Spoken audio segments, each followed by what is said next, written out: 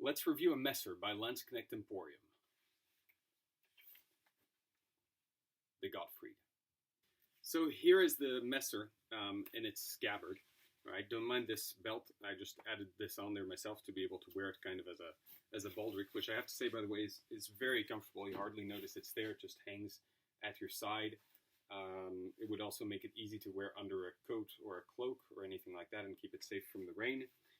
Because the blade is short, you can't see right now, but it doesn't hang much further down than past my knee, so it won't get in the way of things, and if you want to draw it, it's right there. But I'll get back to the scabbard in just a minute. So the belt is one that I added. I'll get back to it in a minute. Now, the sword itself, first thing to say is I have already worked on this a little bit, so the bevel has been reground to some degree by myself. I've added some beeswax along the edge of the grip here to avoid water running down into there when I do test cutting. That's something I do with all my swords. The most important modification I've done on this one is regrinding or cutting, reshaping the tip of the grip here, which basically I'll explain in a second why I did that, but the original shape, I'll join a photo, but here's one of the prolongations of the grip scales that was removed, so it gives you an idea of the original shape. There would have been another one here, and of course the grip being a mix of scales and full width stang, you have the ends of that full width stang which have also been removed. I have them both here so I can show you the original shape would have been like this, so a bigger, more rounded end with a longer beak, if you want to call it that. I'll get back to why I did that in just a minute. But first, let me show you basically what you get with this Messer when you buy it. So you get a very nicely made traditional style Messer with the characteristic noggle that is peened through on this side. Pretty clean peen. I think you can just barely make it out here. These grips are also, the crossguard is also, the material of the crossguard is extended down slightly into the grip. You have, of course, the characteristic full width stang on this, wooden grip scales that are quite nicely tapered into a very thin, subtle grip down here.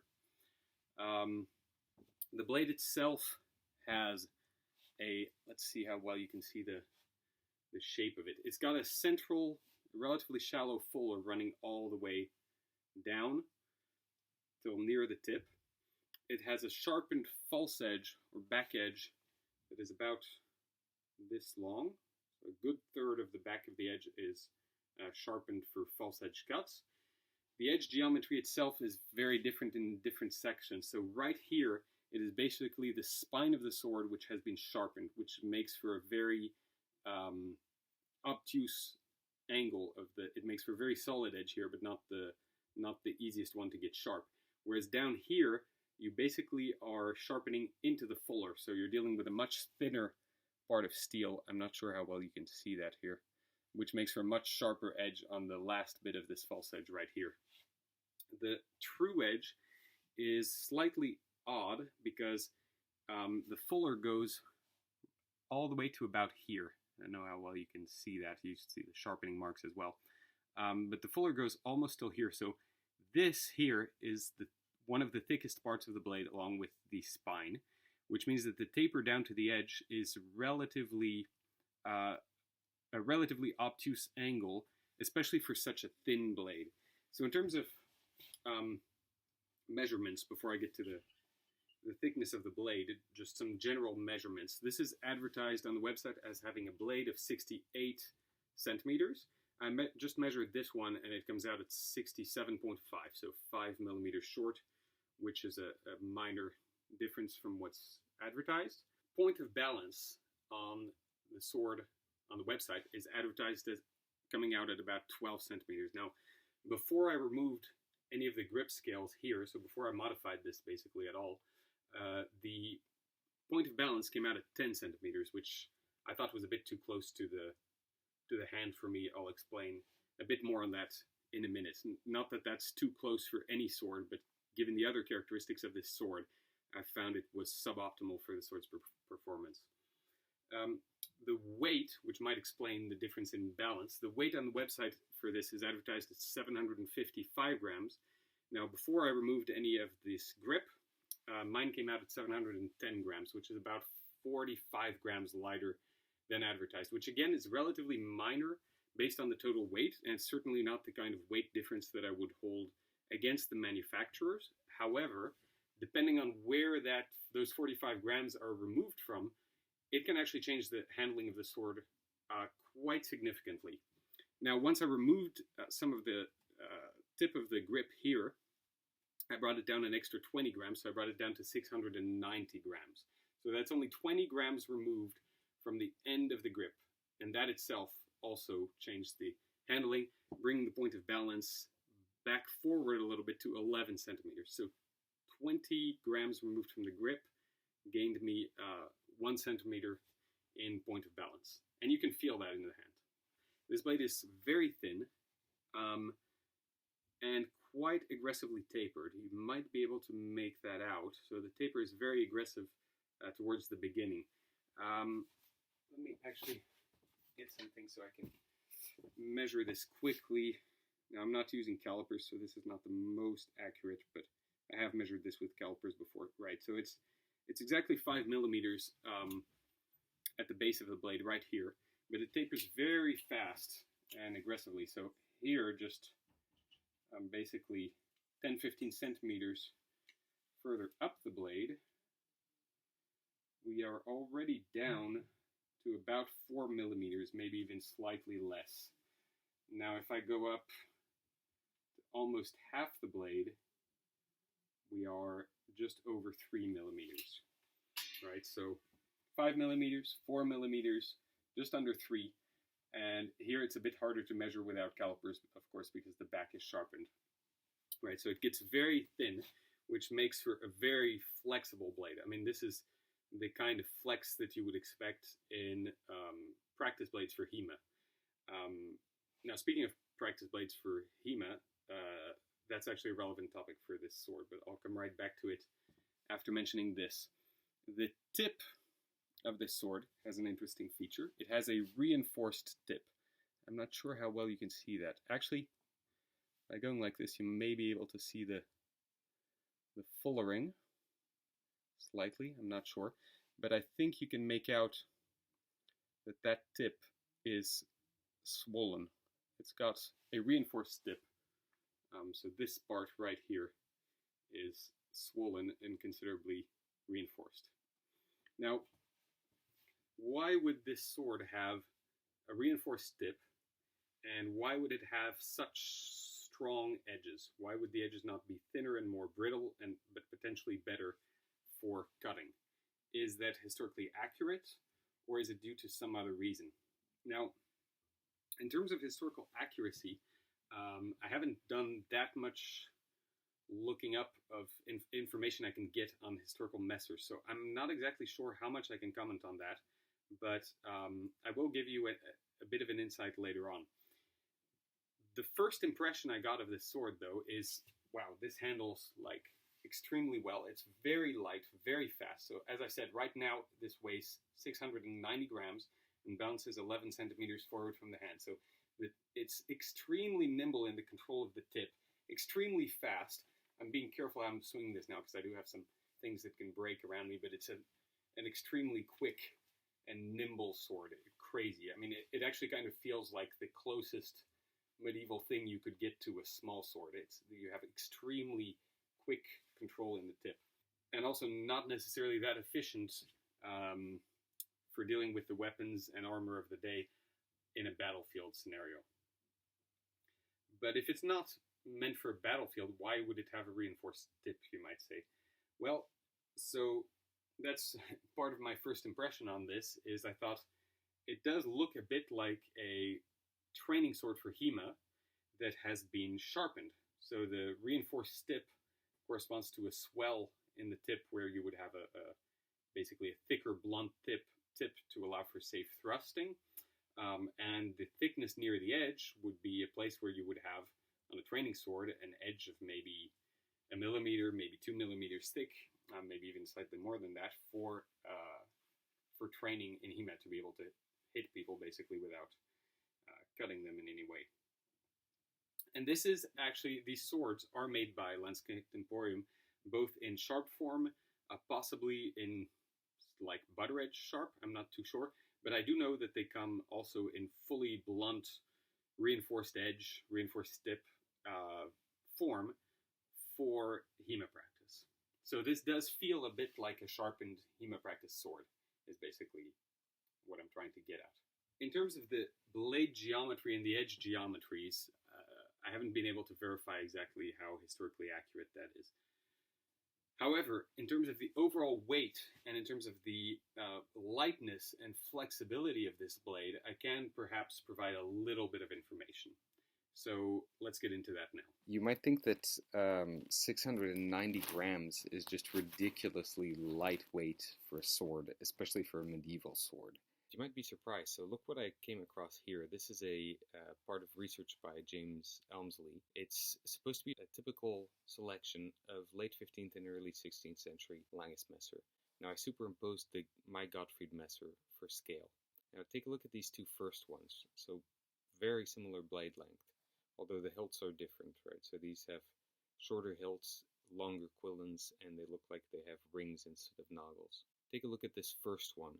It weighs 610 grams, and that's with slight hilt loss and no significant corrosion loss. 610 grams, right? So even in its original pristine condition, it was almost certainly significantly lighter than my Gottfried Messer, which is already just a crazy lightweight sword.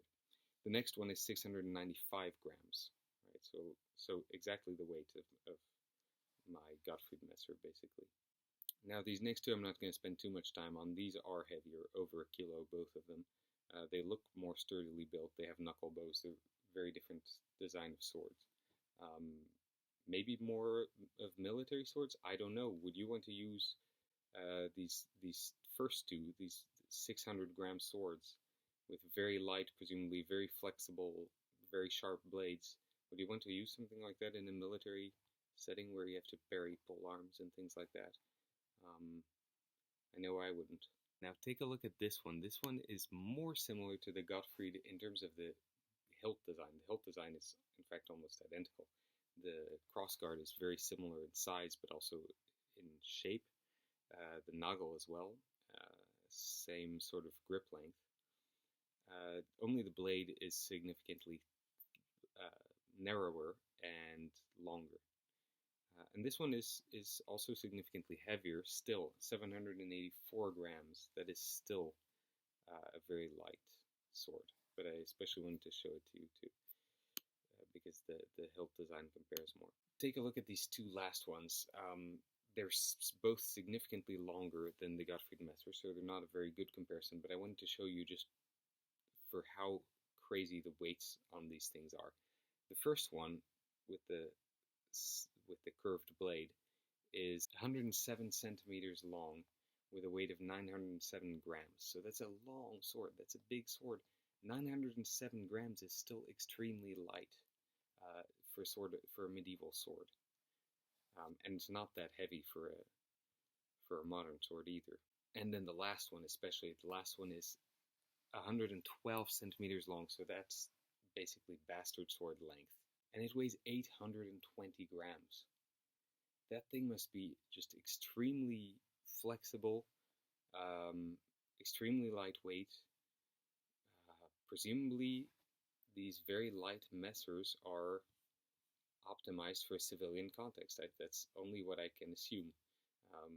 But let me know in the comments if you knew that there were medieval swords this light. Now, I knew there were some. I had seen some examples like this, but these are claimed to be representative. Now, I just find that really interesting. I definitely have to do more research on Landsknecht. Another thing to talk about, I guess, is the overall fit and finish, which is really excellent. I mean, this blade, I don't know how well you can get an idea of that, but it's really very nicely polished. It has hardly any wobbling in it. I mean, the rippling in the blade is very subtle.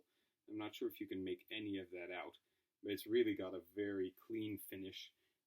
It's perfectly straight in both directions. So it's really very nicely made. The crossguard and noggle have some nice angles made to them. It's a pretty simple finish, but the angles are nice and it's nicely executed. The grip and the grip scales, same thing, very nicely executed, very nice finish. Really nothing to complain about there. The only thing is here, the joint between the grip scales and the actual crossguard, there is a bit of a gap that has been filled with some kind of dark resin, but it's really negligible. Now, I can't show you the gap between the blade and the crossguard anymore because I filled that up with beeswax, or rather I put beeswax on it because the gap here as well was extremely negligible. Now, I always put beeswax on there to protect this from water dripping down the blade when I do test cutting.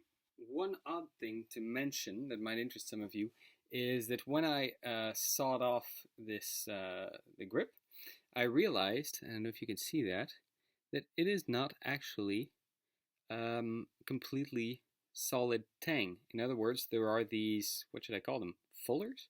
There are these gaps, these indentations in the tang that have been filled, in this case, with some kind of resin. Now, is that a manufacturing error on this individual sword? Are these gaps cut into there on purpose to use this resin to glue the handle scales in place? Are there similar cracks or similar fullers on the other side of the tang? If I removed more grip, would I find more of them here? Those are all mysteries. I have no idea. All I can tell you is right here, this metal is not perfectly flat. Yeah, it has these indents that are filled with resin. Actually, I can show you on one of the pieces here that was cut off. So this is a piece of steel that was cut off from the end of the tang. And on the other side here, you can see one of those indents that looks like it was ground out. It looks like it was ground out on purpose, honestly. It looks like it was ground out to be able to add this resin. So is that done on purpose, perhaps to reduce the weight of this full weight with tang, which adds considerable weight, and also to be able to add this resin to glue the handle scales on? I have no idea. I just thought that might be something worth knowing. In the meantime, aesthetically speaking, I would prefer it, of course, if the new finish that I made for this showed just continuous steel here and not 2 spots of resin. But that's really not something that I can complain about, especially given that I'm the one who chose to do this modification. Had I left it the way it was, I would have had only steel visible on the outside. So why did I modify this? Why did I remove some of the grip scales here? Well, mainly 2 reasons. One of them, the least important of the 2, is I actually thought that really long grip with a big bulbous end just looked slightly goofy, even though it's totally historically accurate. Although this type of thing is roughly historically accurate as well. I've seen examples with more angular cutouts on the tip, although this isn't based on anything particular. I just looked for a type of cutoff that would be roughly historically accurate and that would be more angular, because I thought the sort of interesting angles in the grip itself, but also in the quillins, in the crossguard, would look better with a more angular finish to the bundle. But the primary reason why I did this is because that balance point of 10 centimeters was really annoying to me. It was really too close to the hand. And that brings me to how this type of sword would be used, right? Because I do sparring with messers, mainly based on techniques from Lecoucner's manual. And I've been sparring with stuff like this. Now, I have a few different examples, but these are essentially very rigid and have a lot of blade presence. They also have a long grip with quite a bit of weight to it, and that essentially makes for very characteristic handling, where the whole sword very easily wants to pivot around the tip. Similar sort of dynamics to what you get with a lot of long swords, except of course this is in one hand. And what you also get from the extra weight of the long grip here, and from the stiffness of such a blade, is you get extremely strong binds, which allow you to come in close, use a lot of positioning to get good binds, and do maneuvers from there in grappling type distance. Now, strangely enough, of course, this is a sharp, so I haven't done any sparring with it, but I think some of those techniques would be relatively difficult to execute with something like this, because the blade is just so light, the balance point is so far back towards the hand, that you have really very little. I mean, you can maneuver it in all kinds of typical Messer ways, but the blade presence is so low that you wouldn't get extremely solid binds, and especially against pretty hard hits, this is going to wobble and bend a lot. And so it just doesn't feel as secure. Another thing is 10 centimeter balance point is so close to the hand, I felt like, especially with such a light weapon, I had it was difficult to feel exactly what the blade was doing. I had not enough feeling of blade presence when I was test cutting and just moving it around. It just didn't feel exactly right. It didn't feel optimal. It felt to me like especially with the extra length on the hand, it felt to me like this sword couldn't make up if it was designed for solid binding and getting in close and grappling type situations, or if it was designed more to be used further from the body, cast out a lot in actions that might look more like some of the things you find in later saber, in some Dussac. In other words, a weapon that you cast out more and keep moving into active cuts rather than necessarily seeking strong binds from where you can thrust or switch around, cut from another direction, grapple, etc. It just doesn't feel optimized for that, even though it is a short, Messer. So, to make a long story short, I basically thought that this would handle considerably better in both ways, both to be used in a way more akin to how later sabers might be used, more from the wrist, more to cut towards hands and arms, to keep your distance from your opponent perhaps more, but also to give it more presence if you do get in close and do more grapply type actions. I thought that for both those reasons, this sword would perform better if I got that balance point slightly higher into the blade. And that was really the main reason why I decided to remove a little bit of this pommel, a little bit of this grip rather. I didn't want to remove too much. I wanted to ideally preserve a little bit of this beak, if nothing else, just for aesthetic reasons, just to give the grip a slightly more interesting look. I considered actually modifying this in more ways than one. I could have gone still shorter. I considered also because this grip, so that's another thing, is this grip is very thin, right? For using this in a hammer grip, it is slightly thin to be optimal for me. My fingers start digging into my hand before they have fully gone around the grip of this sword. So it's a nice thin grip that feels good for agile type motions. However, with swords, I tend to like very thin grips when I am using swords in a way where I'm basically casting them out, throwing the sword out basically, and letting the sword's weight do its own thing, which means that the sword has to be able to move in my hand with little interference. And for that, I find a thin grip is very useful, because the moment I relax my fingers a little bit, the sword just moves according to its own weight. Now, because this blade was so light and the balance point was so far back, using the sword in such a way where I cast it out and let its weight do the work was almost impossible, because there's no weight to this, and most of the weight is in the hand. And believe it or not, even just 1 centimeter further up the blade does give enough blade presence that now I can start having speedy cuts that come from casting the blade out.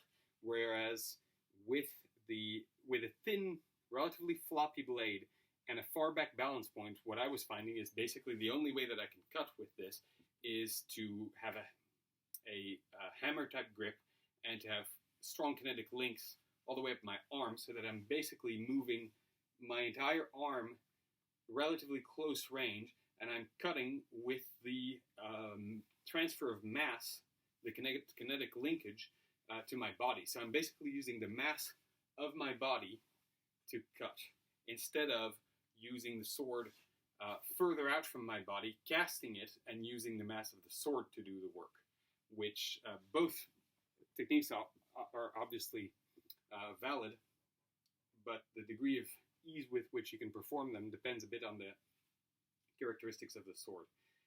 The way it is now, both techniques basically work better. But yeah, so when the balance point was further back, holding it in hammer grip like this was a bit less comfortable. So I was also considering adding some leather to this grip, which would change the look quite a bit. But some historical messers do seem to have leather coverings on the grip, so not necessarily historically inaccurate. And that's another option of how a sword like this can be modified. Now, some of you might find this sacrilegious. Personally, I really enjoy modifying things, just improving them slightly, tweaking them towards my own preferences, and basically making them my own, making them possibly a little bit more fancy. To conclude, I think this type of messer is probably more historically accurate than one might at first think. So it's basically it's a lightweight, a very lightweight and slightly smaller dimensioned version of another messer that they sell, which is the what is it called, the Gunther. The Gunther messer is perhaps a bit more typical.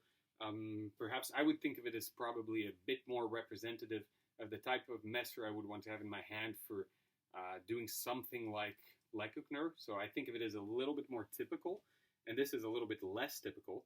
However, I bought it on purpose because I wanted to have a very lightweight, fast and nimble sword that was roughly medieval, and I thought this would be really a fun example of something like that. And the original characteristics, especially of the individual sword that I got, were slightly suboptimal for the type of thing I wanted, but with a little bit of modification, this is now, for me, really a very lovely, elegant little sword that's just extremely nimble, extremely fun and fast to use, and it's just a joy to handle, really. Extremely light, like you could, a child could use this very easily and very effectively. You really need no strength practically at all to use this. So anyway, I hope this review has been somewhat useful, somewhat interesting. Thank you for your time and attention, and till the next one. So you can also get a scabbard with this sword, which comes at an extra fee. And I did that. I got the cheapest suspension option, so for an extra fee on the scabbard, basically, you can get more fancy belt situations. You can also even get decoration on the scabbard and other things still. So this is basically a plain leather scabbard. It's dyed blue, which I think the dye is no extra fee, which is a nice touch of color and makes it even more typically medieval. So this one, I think I've already shown this roughly, but it's attached with the simply two holes in the leather here, through which this leather loop goes through. A simple belt around your waist could be passed through this, or a belt like this one, which is worn as a baldric. There's various ways you could attach it. You could also just slip the whole thing through your belt and use these little knobs as a retention system. So various ways of holding it. The shaping of it is pretty simple, so it's not shaped to marry the sword exactly. It is this square hole. There's a bit of felt-looking stuff, some fabric inside there, which is, I don't know if it's meant to keep the sword clean or to help retain it or whatever. When I first got the scabbard for a brief amount of time, it may have been, I think, just tight enough that I could slowly turn this over without it falling, but a little shake would have gotten it out. Now, with a bit of use, this basically doesn't stay in upside down anymore, which I don't see as a big deal. But other than that, it hardly rattles at all. In the direction of the edge, if I move it this way, there's no movement whatsoever. In the direction of the flat, not even really any movement either. Like, yeah, you can hear the slightest bit of rattle, but it's really pretty solid. Now, the stitching at the back here is nicely done. It's not perfectly even, it's not perfectly centered.